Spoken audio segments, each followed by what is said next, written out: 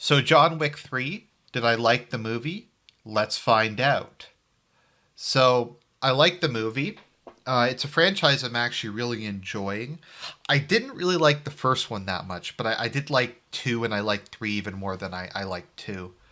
My issue with the first one is you have like kind of a bit of a silly premise and kind of just action that's so ridiculously over the top. And I feel like the first one they played straight and they tried to be emotional. And in the second and third one, they just kind of played up the silliness and played up the over the top nature of it. I also find with each movie, they kind of develop the world more and more. There's kind of a lot of interesting lore behind it. With the high table, with the code, with the assassins, with the continental, with the power games. There's kind of a lot of interesting things going on in the background. And I feel they're largely developing it in a very organic way. I didn't find there's too much in this movie where someone just monologues. If an aspect is introduced, it's introduced because it's directly relevant to the plot. But you can tell it's been made a bit more of a focus as time goes along, and yeah, they just try to put more and more of it in. So the thing I think is really interesting about the John Wick series is John Wick really doesn't have a motive. He doesn't really have a motivation that's particularly interesting or anything. Like in a lot of movies, you have the hero who's fighting against all odds to defeat the bad guy, to save somebody that he loves, to save the world, to destroy evil, that kind of thing. But in the case of John Wick, he doesn't really have a motivation. The motivation in the first movie is they killed his dog, and he just goes on a murderous rampage, like completely disproportionate to what happened. In the second movie, he has to repay a debt, but after that, he goes on a murderous rampage.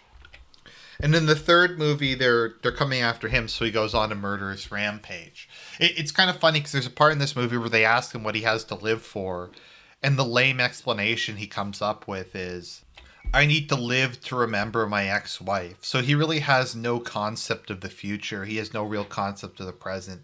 He's someone who just lives entirely in the past. And it's interesting. I haven't really seen a movie that's so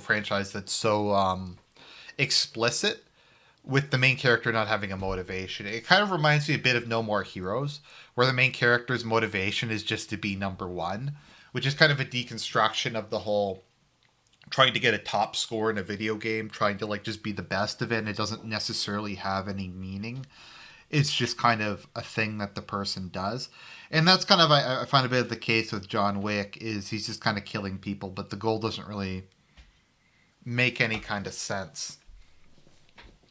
So I think that's an interesting part of it. The other thing I think is kind of more interesting is very often there's this whole debate about violence in video games, violence in media. Does it cause violence in real life? Does it desensitize people to violence? That kind of thing. And this is like one of, if not the most violent movie series I've seen in a long time. So do I think these movies promote violence? Because people are often like, Argent, how can you watch this? How can you play these video games? They have so much just random killing in them. It's an issue that I've long since, like, I've never thought that this stuff causes violence in real life, but I never really could describe it until fairly recently. I think the thing you have to keep in mind is when something influences you in the media, it's more influential the closer it is to reality, like the closer it is to your real life circumstances. Like if we're talking about something like gangsta culture, that's something that's very relevant to teenagers, particularly black teenagers, because they like have an opportunity to buy the stuff, they can wear the clothing, they don't have a father figure necessarily. There's people in their neighborhood who act a certain way. It's something that's a bit more like directly relevant to their lives. Also, like maybe movies that just promote like promiscuous sex and like hookup culture and like pickup artistry. That's a lot closer, I think, to the average experience of people, like to something they can just do in real life. Whereas like over the top violence like this has no relation to real life. Like the violence in this movie is like very artistic. It doesn't at all reflect what like actual people shooting each other is in real life, and it's often just kind of played up for laughs. Like it's not taken very seriously. Like the average person isn't going to be like a super assassin who has like a bulletproof suit and like five pistols fighting guys with like body armor. That's just not something that's really going to happen. I guess you could make more of a case if it was like a school shooting movie that like showed you how to do a school shooting. But like this, James Bond, like something like Rambo or Die Hard, that's not realistic. That's not something that I think the average person can really relate to. Nor is it something that they could emulate even if they really tried to emulate it. It's just, like I said, it's just too abstract and distant. Whereas something like, I don't know, manipulating women into sleeping with you or getting women drunk and then having sex with them or something like that. That is something that the average person will encounter in their daily lives. There's much less of a impact on it.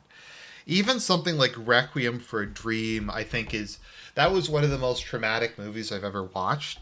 It just I was left like feeling really like sick to my stomach and just in shock for a couple days after watching Requiem for a Dream. Not that the movie was bad or, in my view, really gratuitous, but just because it was so realistic, it just hit really hard.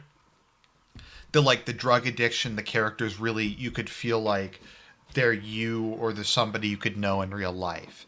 It just hit very, very close to home. Another show like that is Welcome to the NHK, which was excellent, but it really bothered me because it's too close to home.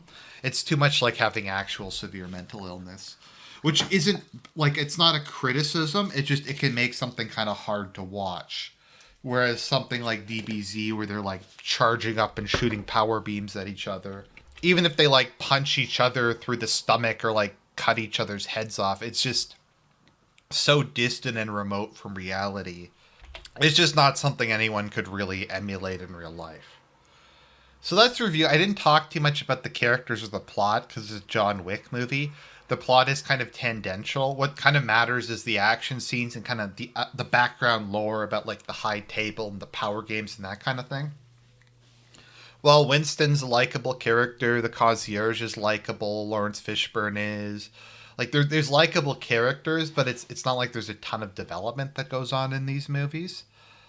Nevertheless, if you're looking for like a good turn your brain off popcorn film, like just to have fun at the movies, you want to see some action, you kind of want to unwind, definitely a good movie, and I'd recommend it.